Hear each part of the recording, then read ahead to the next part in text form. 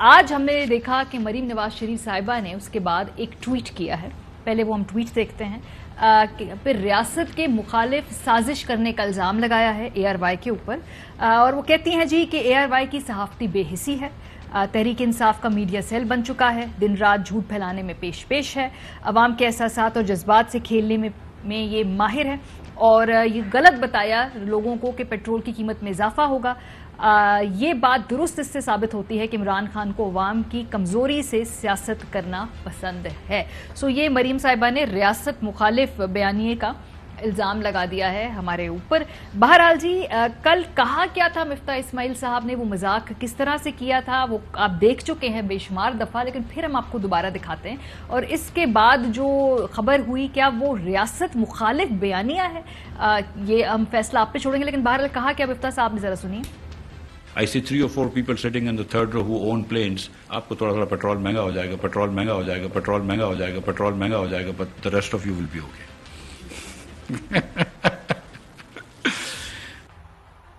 اس پورے ایپیسوڈ سے جو سبق سیکھا ہے وہ یہ ہے کہ ان حساس معاملات پہ مذاق بھی نہیں کرنا چاہیے ہے, کیونکہ مذاق بھی اگر اپنے آپ طریقے سے کر رہے ہیں تو وہ مسکنسٹرو ہو سکتا ہے, اس کا غلط مطلب لیا جا سکتا ہے. وہ پھر اس کے جو ہم نے اثرات دیکھے, کل لوگ پیٹرول کی لائنوں میں کھڑے رہے کئی گھنٹے, کیونکہ ان کا خیال تھا کہ پیٹرول کی قیمت بڑھنے جا رہی ہے. اس طرح کے جو پبلک سینٹیمنٹ سے جڑے ہوئے معاملات ہیں, فیوچر میں اس کے قسم کے مذاق کرنے سے پرہیز کیا جائے. اس پورے ایپیسوڈ سے ایٹ لیسٹ میں نے تو یہ سیکھا ہے. بہرحال جو اے آر وائی کی کریڈیبلٹی کے حوالے سے سوال اٹھایا ہے, اگر ہم 1.5 مہینے میں ذرا اس پورے رجیم کی کریڈیبلٹی کا ایک چیک لسٹ آپ کے سامنے رکھیں, صرف پیٹرول کی قیمت کو لے لیتے ہیں, کیونکہ کل پیٹرول کی قیمت کے حوالے سے مذاق ہوا تھا. تو پیٹرول کی قیمت کے اوپر گزشتہ 1.5 ماہ میں کتنی دفعہ بیانات بدلے ہیں, کتنے مختلف بیانات آئے ہیں ایک ہی حکومت کے مختلف ترجمانوں کی طرف سے, وہ ہم آپ کو دکھاتے ہیں. رانا ثناء اللہ صاحب نے کیا بولا تھا, انہوں نے بڑا کلیئرلی آ کے بولا کہ جی ہم پیٹرول, ڈیزل, آٹا, گھی ان کی قیمتیں نہیں بڑھائیں گے. وہ وزیر تھے, ایک سینئر پوزیشن میں, رسپانسبل پوزیشن میں تھے. کیا کہا انہوں نے, سنیے. ہم نے ایسی کسی چیز کی قیمت, وہ پیٹرول ہو, وہ آٹا ہو, وہ گھی ہو, وہ چینی ہو, عام آدمی کے استعمال کی جو چیزیں ہیں, ہم نے ان میں اضافہ نہیں کرنا.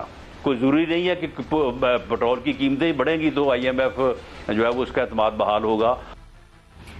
آتے ہی یہ بیان دیا, اور پھر کوئی 4 ہفتے اسی چکر میں کوئی فیصلے نہیں کیے, اور بہت سا قیمتی وقت گزار دیا. غیر مبادلہ جو تھا نقصان پہنچا نہ ان فیصلے کرنے کی وجہ سے. مفتاح اسماعیل صاحب بھی پہلے بڑا کیٹیگوریکلی یہ کہہ چکے تھے کہ جی پیٹرول ڈیزل مہنگا نہیں کریں, کیونکہ نواز شریف نے اور شہباز شریف نے انہیں منع کیا کہ جو شوکت ترین صاحب معاہدہ کر کے گئے آئی ایم ایف سے, اس کے حساب سے 150 روپیہ ڈیزل کا بڑھانا پڑے گا اور 100 روپیہ پیٹرول کا بڑھانا پڑے گا. وہ نہیں ہوگا, میں نے منع کر دیا. شہباز شریف نے مجھے منع کر دیا, مجھے میاں نواز شریف نے بھی منع کر دیا. ایسا کوئی معاہدہ نہیں ہوگا جس. ٹھیک ہے, یہ ہم صرف اس لیے آپ کو یاد کرا رہے ہیں تاکہ تھوڑا سا کریڈیبلٹی کی جو وہ بیانیہ ہے نا, وہ آپ خود بھی طے کر لیں کہ بھئی کریڈیبلٹی کس کی زیادہ بڑی یہاں سٹیک پہ. ابھی صرف پیٹرول کی قیمت کی بات کی, ابھی باقی قیمتیں اور باقی تمام ایسپیکٹس پہ بیانات ہم نے نہیں نکالے ہیں. مریم صاحبہ جو تھیں جب جلسے کر رہی تھی, ٹھیک ہے بھئی آپ کے سامنے ایک عوام ہے, آپ نے وہاں پہ عوامی باتیں کرنی, تو بڑا کیٹیگوریکلی انہوں نے ایک کمٹمنٹ دے دی کہ قیمتیں نہیں بڑھیں گی, لوگوں پہ بوجھ نہیں بڑھے گا, کرنا پڑا تو حکومت چھوڑ دیں گے. نواز شریف کے لیے کسی بھی چیز کی قیمت 1 روپیہ بڑھانا بھی بہت مشکل کام ہے. نواز شریف کہتا ہے حکومت چھوڑ دوں گا لیکن اپنے لوگوں پر بوجھ نہیں ڈالوں گا.